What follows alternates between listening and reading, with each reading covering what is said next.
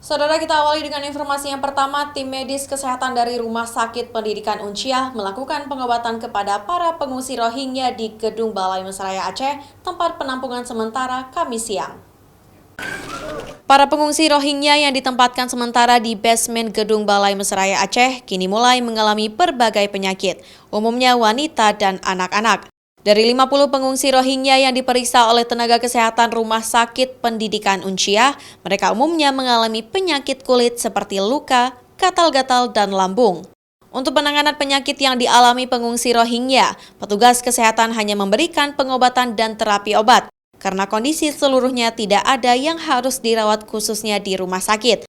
Bahkan, termasuk 2 wanita hamil, kondisinya baik. Untuk masyarakat Rohingya yang ada di Banda Aceh. Jadi kita selesai melakukan pemeriksaan, beberapa di antara mereka memang banyak penyakit kulit ya. Di sini dermatitis, mungkin masalah hygiene. Mungkin perlu juga jadi dari kita membantu ya semampu kita sudah coba kasih pengobatan dan terapi obat.